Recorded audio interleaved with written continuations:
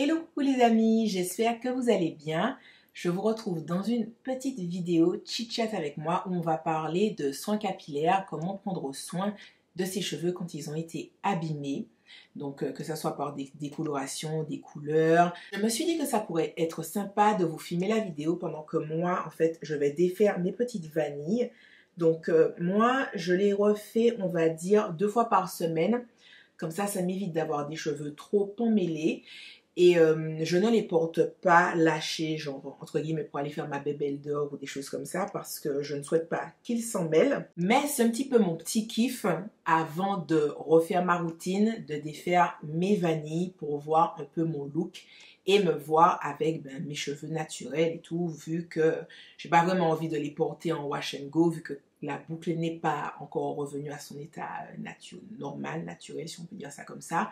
Donc voilà, donc je me suis dit, je défais mes vanilles avec vous et pendant ce temps-là, je vous parle cheveux, soins capillaires, tout ça, tout ça. J'ai ma petite huile comme ça, j'en mettrai sur mes doigts, mes mains pendant que je défais mes vanilles. Alors les amis, suite à ma vidéo que je vous ai postée cette semaine, où je vous parlais de ma mésaventure capillaire, etc. Certaines personnes m'ont fait des remarques sur le fait que à quoi forcément je m'attendais en allant faire des couleurs, des décolorations, etc. En fait, il faut savoir que des cheveux colorés ou décolorés ne sont pas nécessairement des cheveux abîmés. Alors oui, j'ai des cheveux décolorés et abîmés, mais en fait, l'un ne va pas nécessairement avec l'autre. Pendant des années, je me suis fait des couleurs, des décolorations, etc. et mes cheveux étaient pépito de la pépita, pas élastique, pas cassant. Il pouvait être sec de temps en temps, mais vous savez, le même type de sécheresse qu'en vrai, si tu vas pendant une semaine à la plage et que tes cheveux sont un petit peu secs, tu vois, c'est pas un truc genre, oh mon Dieu, mes cheveux sont dans la sécheresse du corazon. Pas du tout, du tout. Et donc, du coup, il faut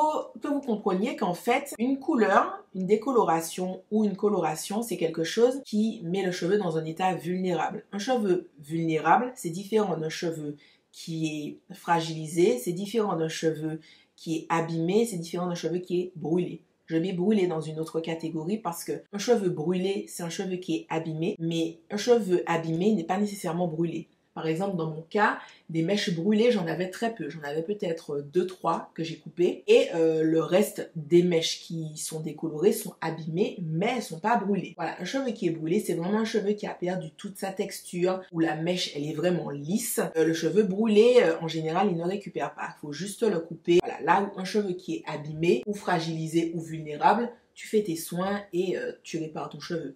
Après, à voir combien de temps tu devras faire tes soins pour que ton cheveu soit effectivement bien réparé. Donc déjà, je voulais parler de cette petite spécificité-là, si on peut dire ça comme ça. Parce que c'est vrai que moi, j'ai eu cette mésaventure-là, mais il ne faut pas vraiment faire d'amalgame en mode décoloration ou couleur. Ça veut nécessairement dire que tes cheveux vont être abîmés. C'est pas le cas. Il y a énormément de façons de prendre soin du cheveu. Il y a des produits maintenant de nos jours où en fait dans la décoloration qu'on te fait, il y a des choses qui protègent la structure chimique de ton cheveu, etc. et tout.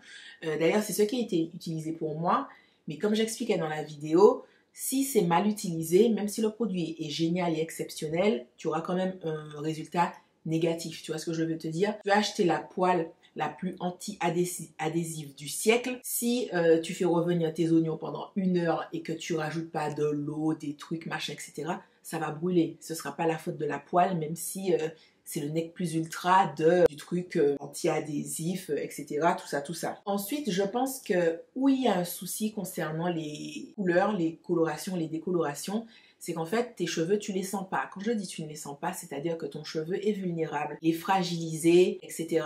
Si tu n'as pas l'habitude de faire attention à tes cheveux, de les observer, de voir comment ils sont, comment ils réagissent, etc. et tout, c'est des choses que tu remarques pas. Dans le sens où, si je me prends un coup sur le bras, je vais me dire « Aïe !» Je saurais que j'aurais eu un souci. Je vais faire attention, je vais me dire « Oh, je vais peut-être moins utiliser mon bras, j'ai déjà pris un coup dessus, etc. » Je vais peut-être moins porter des choses avec cette main-là, et tout. Alors que tes cheveux, tu sais, tu peux faire ça, donc tu vas pas dire « Aïe, genre on t'a fait ça, t'as pas mal aux cheveux, tu vois ce que je veux te dire ?» Et le truc qu'il y a, c'est que si tu fais pas attention à comment sont tes cheveux sous ta main, quand tu les regardes, quand tu les manipules, etc., tu peux facilement passer à côté du fait que tes cheveux sont soit vulnérables, soit fragilisés, et du coup, comme tu ne prêtes pas une attention, tu ne fais pas plus attention que ça à eux, tu ne fais pas peut-être des soins plus spécifiques pour tes cheveux, ben en fait, oui, à ce moment-là, tes cheveux qui étaient vulnérables ou fragilisés vont devenir abîmés. Voilà, c'est tout à fait logique. Mais voilà, donc je voulais faire cette petite précision-là et on va passer aux éléments qui permettent de prendre soin des cheveux qui sont abîmés, fragilisés, etc. Alors, la première chose, le premier élément, ce sont les soins à base de kératine. Comme vous le savez, le cheveu est composé de kératine et du coup, les soins qui sont à base de kératine, ils sont faits avec certains types de kératine qui sont hydrolysés.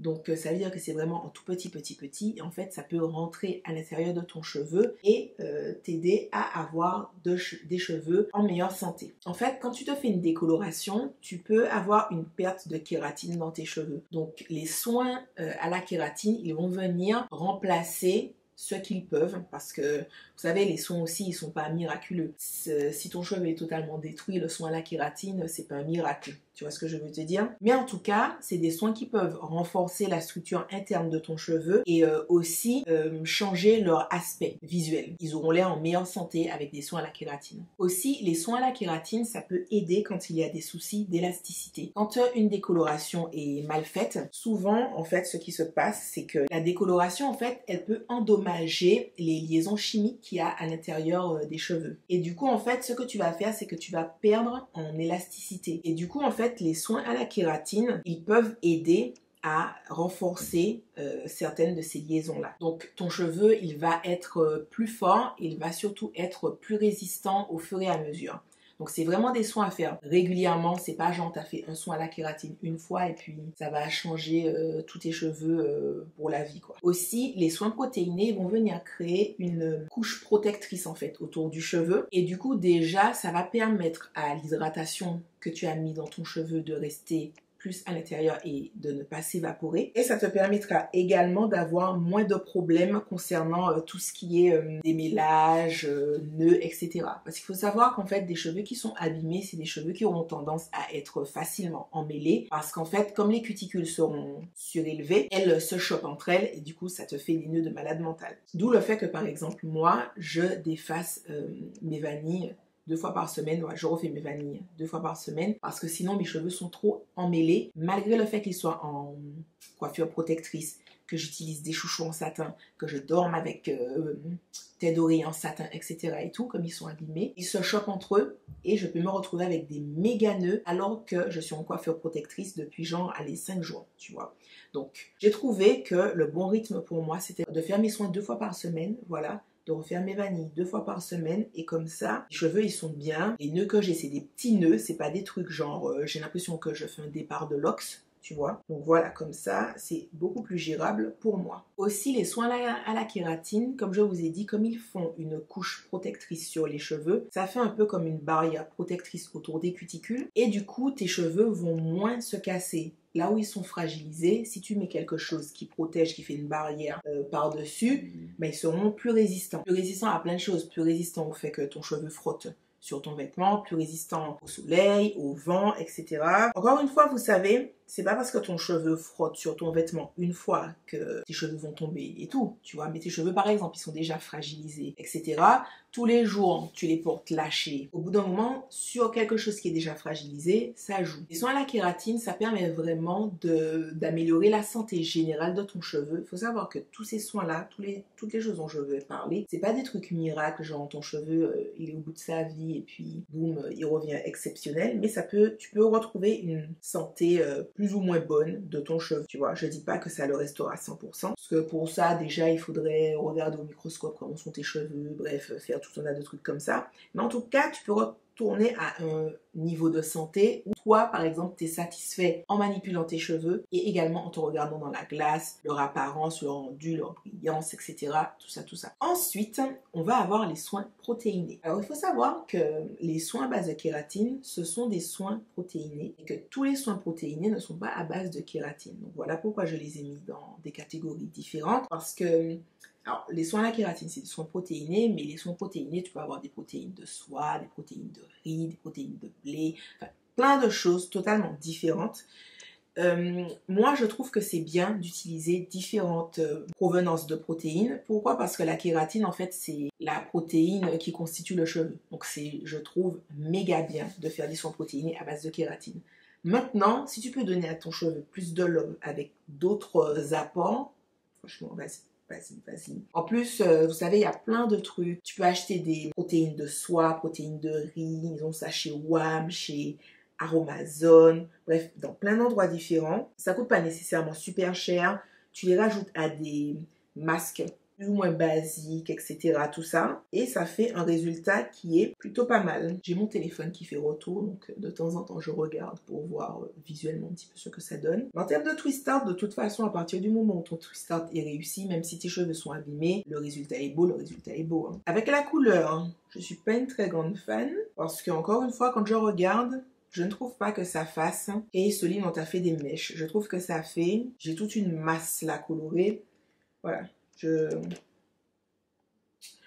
À voir quand tout sera lâché si j'ai un avis différent, mais bref. On va continuer les amis. Donc je vous disais, les soins protéinés, c'est bien d'en faire parce que c'est d'autres types de protéines et ça aide tout autant à renforcer les cheveux, à restaurer leur élasticité qui soit bonne. Si par exemple comme moi vous avez des soucis d'élasticité. Donc là, je suis au début de mes soins. Ça fait pas encore officiellement un mois que j'ai commencé mes soins en mode vénère pour restaurer tout ça. Donc c'est au bout d'un certain temps que je verrai comment les soins prennent, ce qui est possible de restaurer, de réparer ou pas, etc.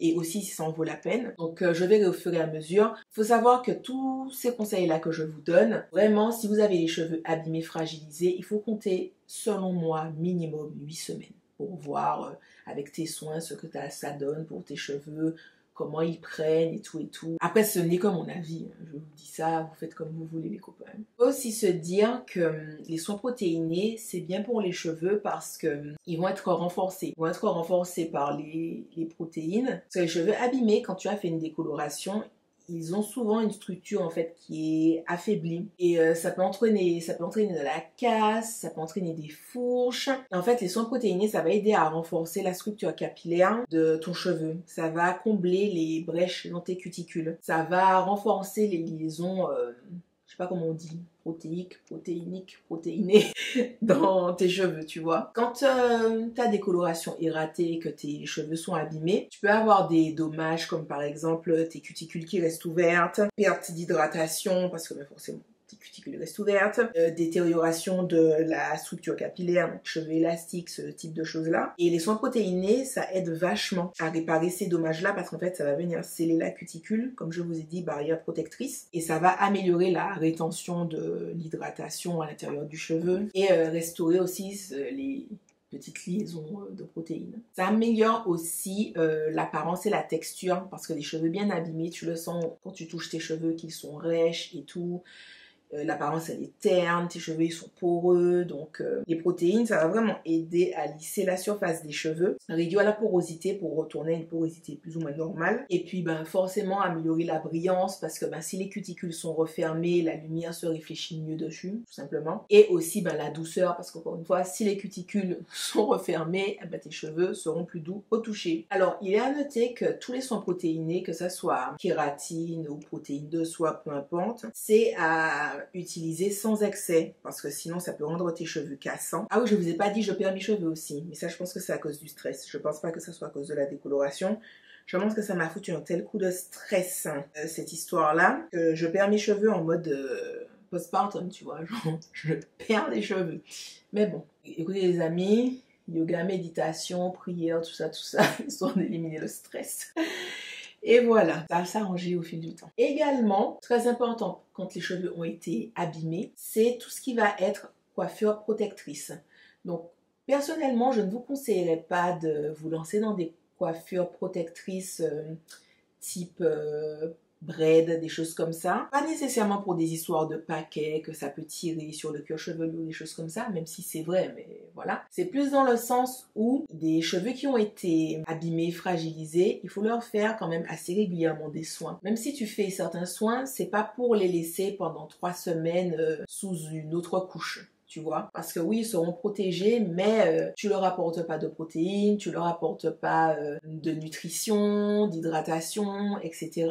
Sauf si tu essaies de faire des efforts par rapport à tes braids. Mais voilà, je trouve pas que ça soit forcément la meilleure chose à faire. Je trouve, moi, que la meilleure chose à faire, c'est de faire des nattes, de faire des vanilles, de faire des marées-têtes, de faire des choses qui vont les protéger, mais où toi, tu peux quand même avoir accès à tes cheveux quand même assez facilement, tu vois. Parce que bon, je dis ça, si tu te fais 4 braids dans ta tête, 6 braids, pourquoi pas, tu vois. Mais bon, si c'est pour faire vraiment toute ta tête remplie de petites braids, tout ça, pas oufissime. Et même réhydrater des cheveux abîmés sous des braids, je trouve pas ça ouf parce que tu sais pas comment tes cuticules vont se comporter à l'intérieur avec les autres cheveux. Si c'est pour retrouver des méga nœuds, parce que des cheveux abîmés, comme je vous ai dit, se chopent entre eux, c'est pas parce qu'ils sont enroulés sur eux-mêmes par une natte ou par une vanille que ils vont pas se faire la guerre. Hein. Regardez mes cheveux, là je suis là en train de défaire des mini locks que j'ai derrière. Les gars, mes cheveux étaient en vanille. J'ai fait mes vanilles il y a 3-4 jours. Tu vois, donc j'aurais eu d'autres cheveux par-dessus. Ça aurait pas empêché ces cheveux-là de faire de la MERDE. Imagine 3 semaines plus tard sur des cheveux qui loxent déjà sur eux-mêmes. Voilà. Après, si tu as la patience d'aller défaire toutes les mini locks, les trucs comme ça, c'est toi, tu vois, il n'y a pas de souci. Mais moi, j'essaie vraiment de fonctionner sur forcément le côté je veux que mes cheveux soient en méga santé, mais aussi le fait que même si je prends le temps pour mes cheveux, le but non plus n'est pas de passer 2 semaines à te démêler les cheveux, tu vois ce que je veux te dire. C'est bon, je sais, je veux bien, on aime nos cheveux, on essaie de faire au mieux, nanani nanana, mais bon, les gars, faut pas les connaître, tu vois. Quand j'ai vu, si je me fais un wash and go, ça me prend 5 heures hein, pour un wash and go qui va tenir une journée, allez, une journée et demie, je me suis dit, non, je ne vais pas passer 5 heures tous les 2-3 jours pour me refaire des wash and go. Donc, coiffure protectrice, mes cheveux vont vachement mieux. Il y a encore des mèches élastiques, parce que forcément la dame m'a pas loupé, hein, voilà ce qu'elle a fait.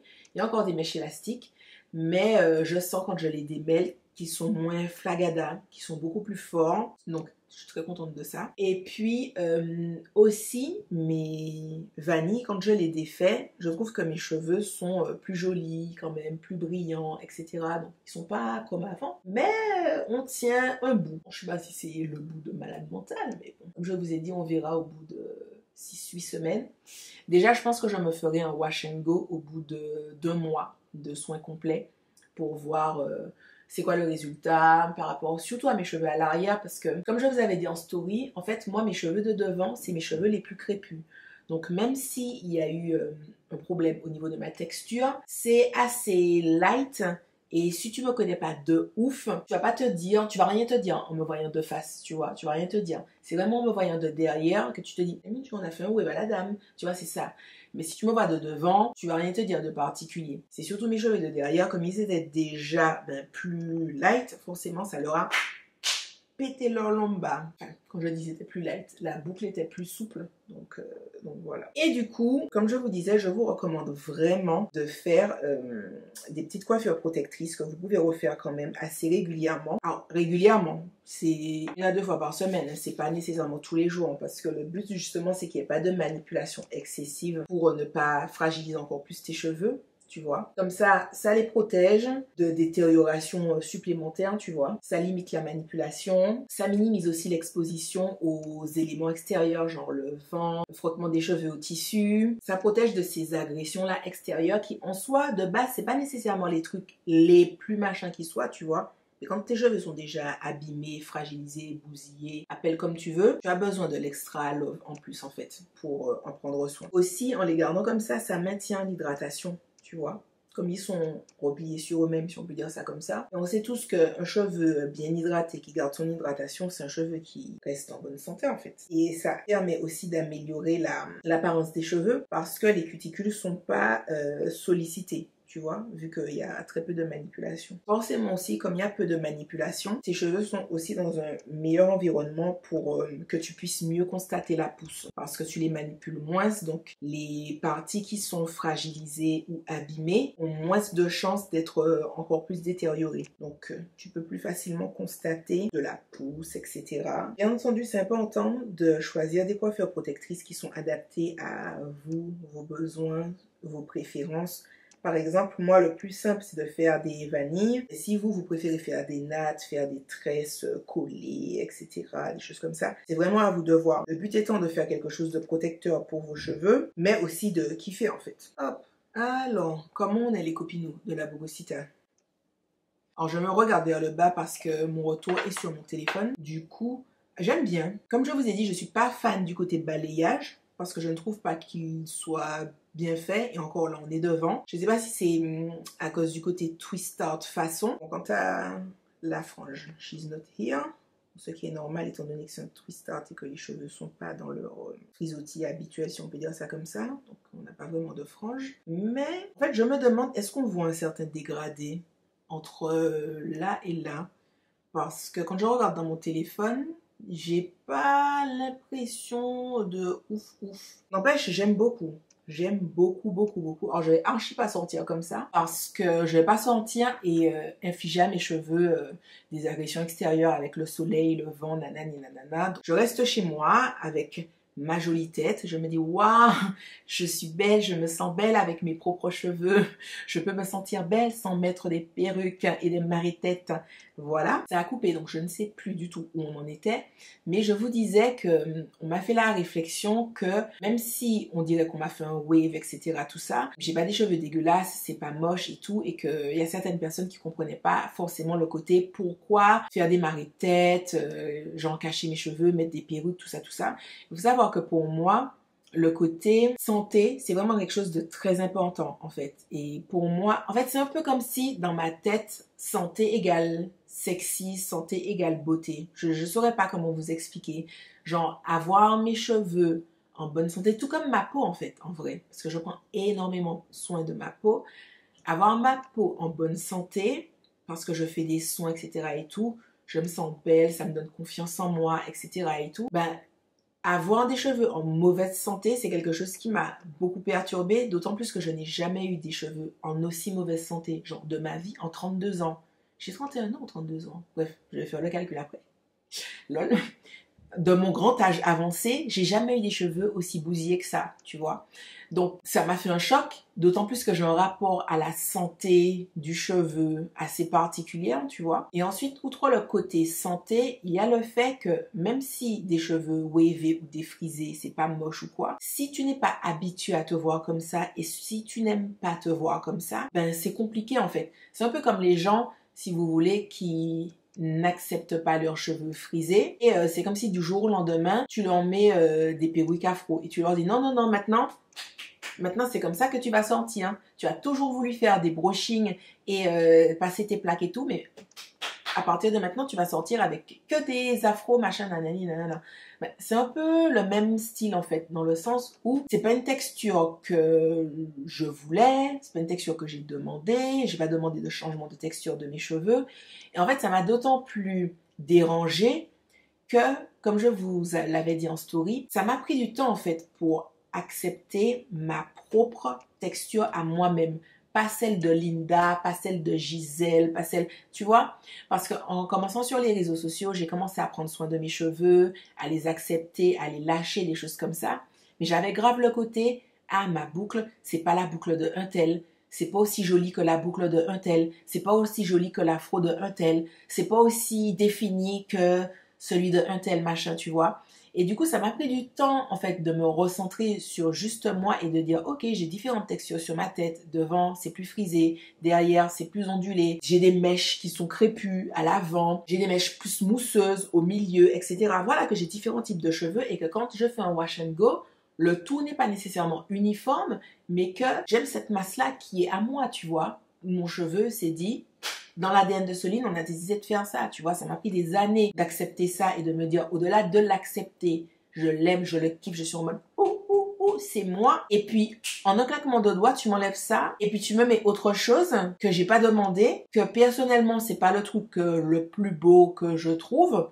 Voilà, parce que c'est vrai que moi, j'aime beaucoup les cheveux bouclés, frisés, crépus, les cheveux ondulés ou lisses. C'est pas que je trouve ça moche, mais c'est que je vais pas voir une fille avec des cheveux ondulés particulièrement et me dire oh mon Dieu, j'aurais trop aimé avoir son cheveu, tu vois. Quand ça m'arrive, ce sera plus avec des gens en général qui ont un gros volume. J'adore le volume, vous le savez, le volume, j'adore ça. Et puis des gens qui auront quand même une certaine texture à leurs cheveux, mais ça c'est une préférence subjective. Je dis pas que les cheveux crépus sont plus beaux que les cheveux ondulés. C'est ma préférence à moi. Et c'est vrai que le fait d'avoir pris autant de temps pour accepter moi toutes les textures que je peux avoir dans mes cheveux et toutes les aimer, et puis que on me balance autre chose que j'ai pas demandé, et puis surtout c'est pas une perruque. C'est pas comme si je me dis ah mais c'est bon, ah cette modification là m'a saoulée. Allez vas-y j'enlève et puis je retrouve mes cheveux comme avant. C'est un truc, je me retrouve avec ça, que j'ai pas demandé, que je trouve pas nécessairement forcément le plus joli. Je me suis jamais visualisée à avoir des cheveux comme ça. C'est pas quelque chose que je peux enlever. Ça me demande 3 fois plus de temps en termes de soins, de choses à faire et tout, alors que je suis une maman, je dois m'occuper de 2 enfants. Comme je vous l'ai dit, mes enfants sont plus chez l'assistante maternelle, ils sont avec moi. Donc, il a fallu vraiment que je me réadapte. Vous avez même vu sur les réseaux sociaux, j'étais pas super présente parce qu'il fallait vraiment que je me réadapte, moi, voir à quel moment je peux travailler entre faire le ménage, être une showgirl parce que je fais des shows à mes enfants, tout ça et tout. Je leur donne à manger, je fais leur repas, etc. C'est des choix personnels, vous voyez. J'aurais pu faire d'autres choix comme acheter des repas tout faits, acheter des trucs tout faits. Mais c'est vrai que j'aime faire à mes enfants à manger. Je dis pas que toutes les mamans doivent faire ça, vous voyez, mais c'est quelque chose, moi, qui me fait me sentir heureuse de me dire que mes enfants mangent un truc que je leur ai préparé moi-même. C'est important pour moi. La petite parenthèse vie personnelle de Soline, si vous avez vu mes lives concernant la parentalité toxique, ma parentalité avec ma mère, etc. Vous savez que ma mère était quelqu'un qui me faisait pas tellement à manger, voire pas du tout. Ma mère a commencé à me faire à manger, je devais avoir vers les 16-17 ans.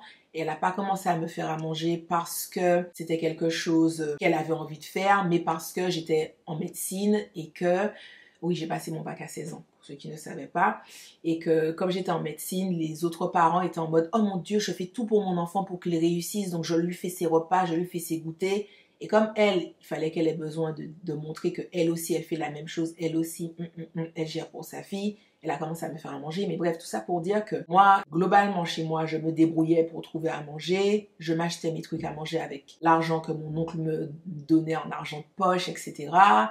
Ou mon oncle me ramenait des plats tout faits, etc. et tout et tout. Et c'est vrai que j'ai grandi avec ce truc que quand j'aurai ma propre famille, je ferai à manger pour mes enfants. Donc, quand je vous dis que c'est important pour moi de faire à manger pour mes enfants, je ne me place pas dans un système de valeurs en mode ah, c'est ça qui est bien, et puis si tu achètes des petits pots, c'est mal. Voilà. À l'époque où Bouldi était très difficile côté nourriture, on carburait aux petits pots parce que c'était ce qu'il mangeait. Et voilà, un enfant malade, chacun a encore son avis sur la question. Moi, le plus important, c'est que mon gosse, il bouffe, tu vois. Donc, il veut pas manger le repas préparé par X, Y, Z, mais le petit pot tout fait, il le mange. Tant que l'enfant mange et qu'il grandit et qu'il n'est pas hospitalisé, tout me va, tu vois. Mais maintenant qu'il mange bien et que son petit frère, lui, le petit frère n'a jamais eu de problème pour manger. Cet enfant-là, il mange. Mais bref, tout ça pour dire que c'est important pour moi d'avoir ce lien-là avec mes enfants, de leur faire à manger, de cuisiner avec eux, de leur dire « Ah, ça c'est une courgette, ah, ça c'est un oignon, ah, sans le paprika fumé, ah. » Enfin voilà, c'est des choses qui sont importantes pour moi. Ça prend du temps dans une journée de faire tout ça, de jouer avec eux, en même temps de faire les lessives, étendre la lessive, rentrer les vêtements qui sont secs, plier les vêtements qui sont secs, ranger les vêtements qui sont secs, et les lave-vaisselle, et passer l'aspirateur. Donc, je ne suis pas la première maman à faire tout ça de choses, tu vois.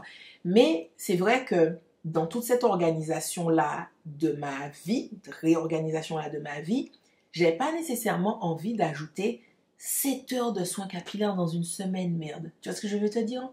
Donc, c'est tout ce background-là qui a fait que J'ai pas envie de montrer mes cheveux. J'ai pas envie, par exemple, de les sortir lâchés, qu'on me dise oh, mais ça va, Soline, c'est pas trop mal. Alors que ça m'a pris 7 heures, pas 7 heures, mais ça m'a pris 2 heures pour les démêler. J'ai galéré de ouf. À certains moments, j'ai pleuré tellement ça me faisait mal de défaire des nœuds. J'ai pas envie, en fait. Vous voyez?